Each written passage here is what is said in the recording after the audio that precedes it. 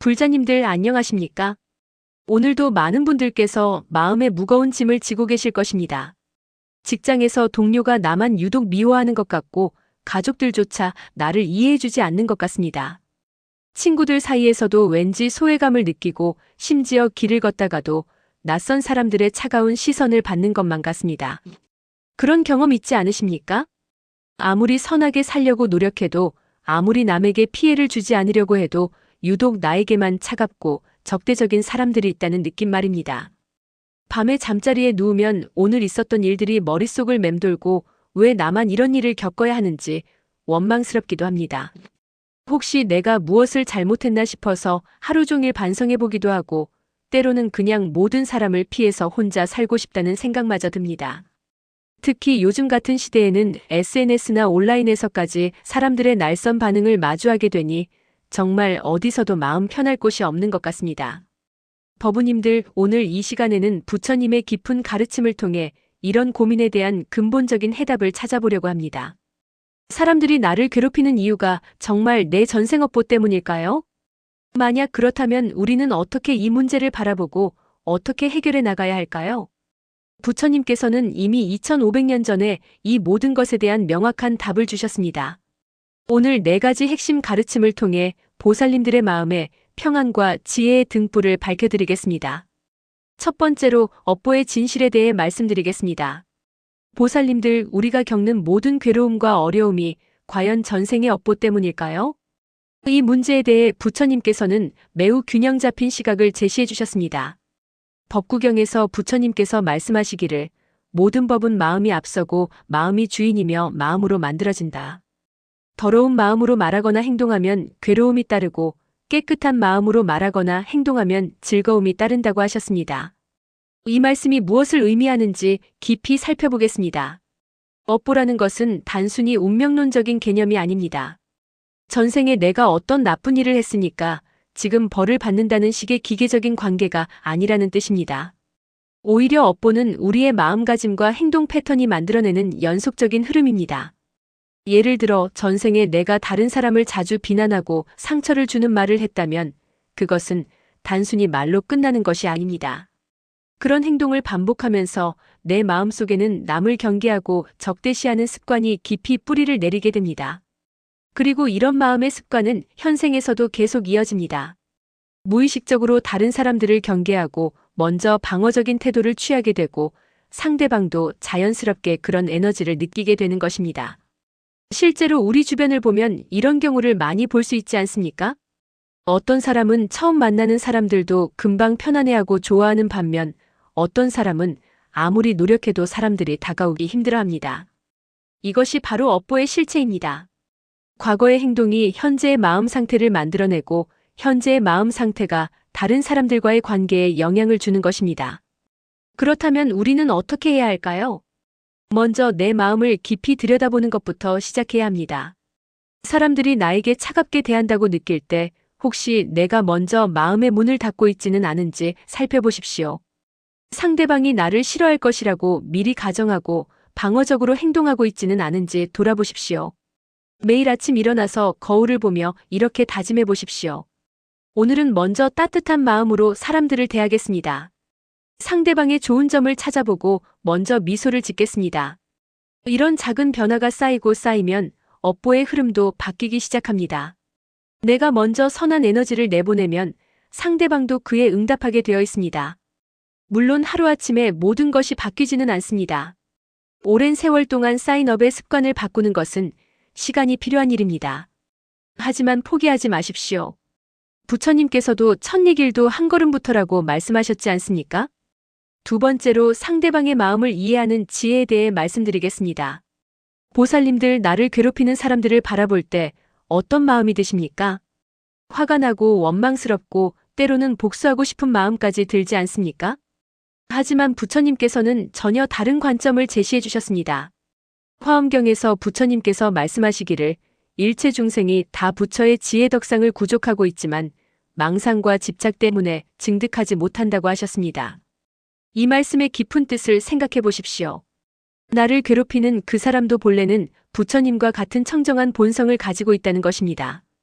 다만 무명과 번뇌에 가려져서 그 본성을 드러내지 못하고 있을 뿐입니다. 그렇다면 그 사람이 왜 나에게 적대적으로 행동하는 것일까요?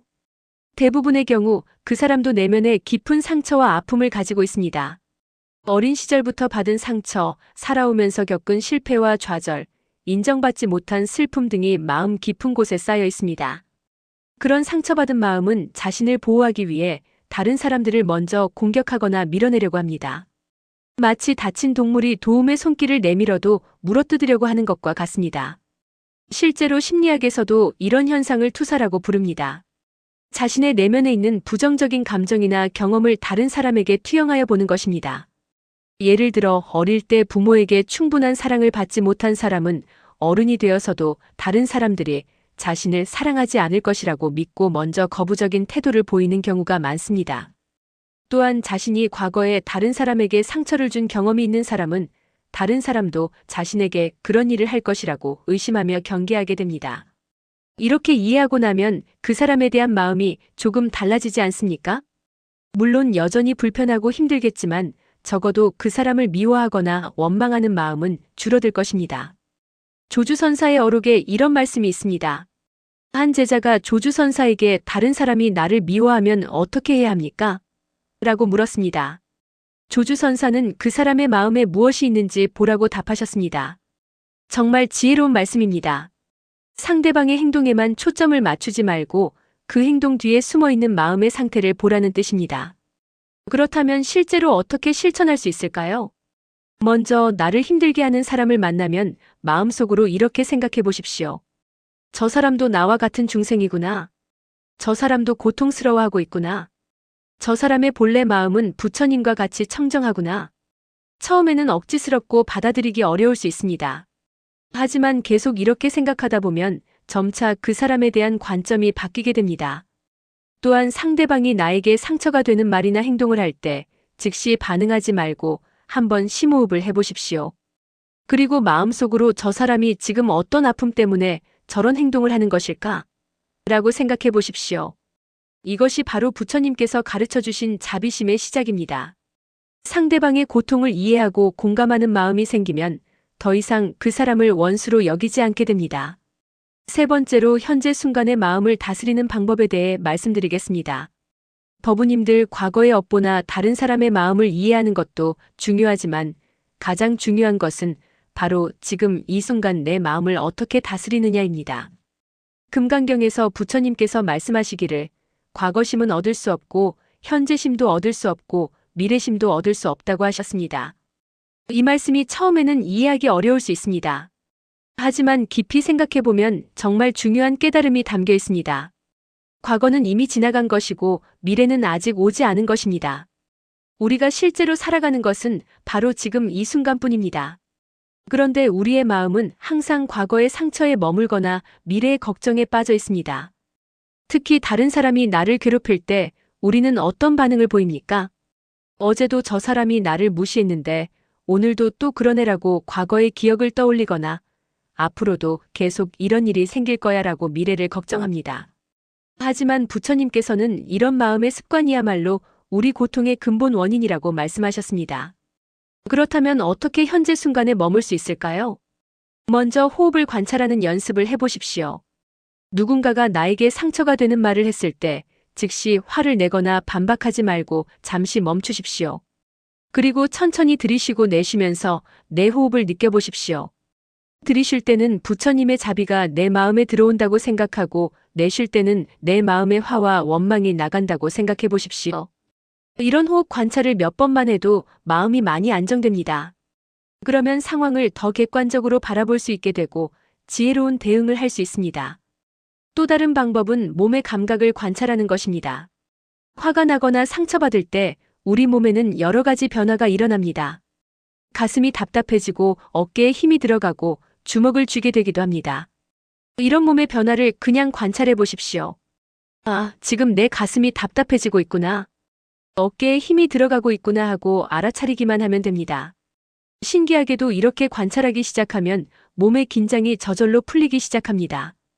그리고 마음도 함께 편안해집니다. 해능대사의 단경에 이런 말씀이 있습니다. 본래 무일물이라고 하셨지 않습니까? 본래 아무것도 없다는 뜻입니다. 이 말씀의 의미를 생각해 보십시오. 나를 괴롭히는 사람도 그 사람이 한 말도 내가 받은 상처도 결국은 모두 마음이 만들어낸 것입니다. 마음이 그것들을 실체가 있는 것으로 여기기 때문에 고통스러워하는 것입니다. 하지만 깊이 들여다보면 모든 것이 꿈과 같고 환상과 같습니다. 아침에 깨어나면 어젯밤 꿈속에서 겪은 무서운 일들이 모두 사라지듯이 우리가 겪는 모든 괴로움도 결국은 그와 같은 성질입니다. 물론 이런 깨달음이 하루아침에 오는 것은 아닙니다. 하지만 조금씩이라도 이런 관점으로 세상을 바라보는 연습을 하면 점차 마음이 자유로워집니다. 매일 아침 일어나서 이렇게 발언해 보십시오. 오늘 어떤 일이 일어나더라도 현재 순간에 머물며 지혜롭게 대응하겠습니다. 과거에 얽매이지 않고 미래를 걱정하지 않겠습니다. 그리고 하루 종일 이 발언을 기억하며 생활해 보십시오. 처음에는 자꾸 잊어버리겠지만 점점 현재 순간에 머무는 시간이 길어질 것입니다. 네 번째로 자비심을 기르는 구체적인 방법에 대해 말씀드리겠습니다. 보살님들 지금까지 업보의 진실을 이해하고 상대방의 마음을 파악하고 현재 순간에 머무는 방법을 배웠습니다. 하지만 이 모든 것의 완성은 바로 자비심을 기르는 것입니다. 부처님께서 인멸하시기 전에 아난다 존자에게 마지막으로 남기신 말씀이 무엇인지 아십니까? 모든 중생을 내 아들처럼 사랑하라고 하셨습니다. 나를 괴롭히는 사람까지도 내 아들처럼 사랑하라는 말씀입니다. 처음 들으면 불가능해 보이는 가르침이지만 부처님께서는 그것이 가능한 구체적인 방법도 함께 알려주셨습니다. 먼저 자애심 수행부터 시작해 보십시오. 자애심이란 자신을 사랑하는 마음입니다. 남을 사랑하기 전에 먼저 자신을 사랑할 줄 알아야 합니다. 매일 명상 시간을 정해서 조용한 곳에 앉아 보십시오.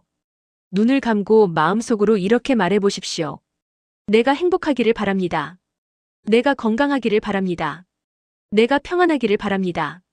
내가 모든 고통에서 벗어나기를 바랍니다. 처음에는 이런 말이 어색하게 느껴질 수도 있습니다.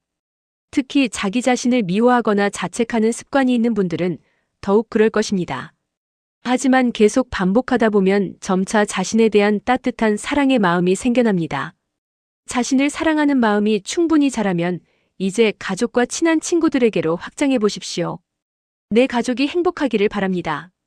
내 친구들이 건강하기를 바랍니다. 그 다음 단계는 중성적인 사람들, 즉 특별히 좋아하지도 싫어하지도 않는 사람들에게 자애심을 보내는 것입니다. 마트 계산원, 버스기사, 길에서 마주치는 사람들을 떠올리며 그들의 행복을 빌어주십시오. 마지막 단계가 가장 어려운 부분입니다. 나를 괴롭히는 사람, 미워하는 사람에게도 자애심을 보내는 것입니다. 이때 중요한 것은 그 사람의 행동을 좋아하라는 것이 아니라는 점입니다. 그 사람의 본래 불성, 그 사람의 깊은 내면에 있는 청정한 마음을 향해 사랑을 보내는 것입니다.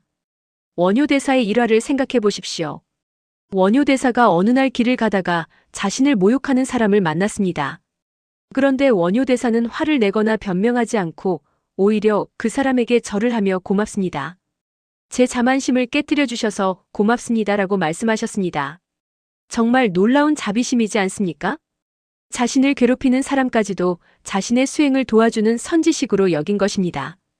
우리도 이런 마음가짐을 가질 수 있습니다. 나를 괴롭히는 사람을 만날 때마다 이 사람이 내 인내심을 기르게 해주는구나. 내 자비심을 시험하게 해주는구나라고 생각해 보십시오. 실제로 편안한 상황에서는 자비심을 기르기 어렵습니다. 어려운 사람, 까다로운 사람을 만나야만 진정한 자비심이 무엇인지 알 수 있고 그것을 기를 수 있습니다. 구체적인 실천 방법을 하나 더 말씀드리겠습니다. 매일 밤 잠자리에 들기 전에 그날 만난 모든 사람들을 떠올려 보십시오. 가족, 친구, 동료, 심지어 나를 불편하게 한 사람까지 모두 떠올리면서 이렇게 기도해 보십시오. 오늘 만난 모든 중생들이 행복하기를 바랍니다. 그들이 고통에서 벗어나기를 바랍니다. 그들이 진정한 평안을 얻기를 바랍니다. 처음에는 형식적으로 느껴질 수도 있지만 계속 이런 기도를 하다 보면 마음이 점점 넓어집니다. 그리고 다음 날 그 사람들을 만날 때도 훨씬 평안하고 따뜻한 마음으로 대할 수 있게 됩니다. 또한 틈틈이 연불 수행을 해보십시오. 나무 아미타불 연불을 하면서 아미타불의 무량한 자비심이 내 마음에 스며들기를 발언하십시오. 연불의 공덕으로 내 마음의 모든 미움과 원망이 녹아 없어지고 대신 자비와 사랑이 가득 차기를 바라십시오. 관세음보살 정근을 하는 것도 좋습니다. 나무 관세음보살을 염송하면서 관세음보살의 자비로운 마음이 내 마음과 하나 되기를 기원하십시오. 이런 수행을 꾸준히 하다 보면 어느 날 정말 신기한 경험을 하게 됩니다. 예전에 나를 그렇게 괴롭히던 사람을 보면서도 화가 나지 않고 오히려 그 사람을 위해 기도하고 싶은 마음이 생기는 것입니다. 그때 비로소 부처님의 가르침이 단순한 이론이 아니라 살아있는 진리임을 깨닫게 됩니다. 그리고 내 마음이 정말 자유로워졌음을 느끼게 됩니다. 보살님들, 오늘 이 시간을 통해 4가지 중요한 가르침을 함께 나누었습니다. 첫 번째로 업보의 진실을 배웠습니다. 사람들이 나를 괴롭히는 것이 단순한 운명이나 벌이 아니라 마음의 습관과 에너지의 상호작용임을 이해했습니다. 그리고 내가 먼저 선한 마음을 내면 업보의 흐름도 바뀔 수 있음을 알았습니다. 두 번째로 상대방의 마음을 이해하는 지혜를 얻었습니다. 나를 괴롭히는 사람도 본래는 부처의 본성을 가진 중생이며 그들의 적대적인 행동 뒤에는 상처와 아픔이 숨어 있음을 깨달았습니다. 세 번째로 현재 순간에 머무는 방법을 배웠습니다.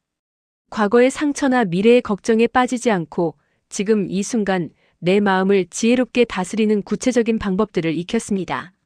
네 번째로 자비심을 기르는 실천법을 배웠습니다. 자신을 사랑하는 것부터 시작해서 점차 모든 중생에게로 자비심을 확장해 나가는 단계적인 수행법을 익혔습니다. 법우님들, 이 가르침들이 단순한 지식으로 끝나지 않기를 바랍니다.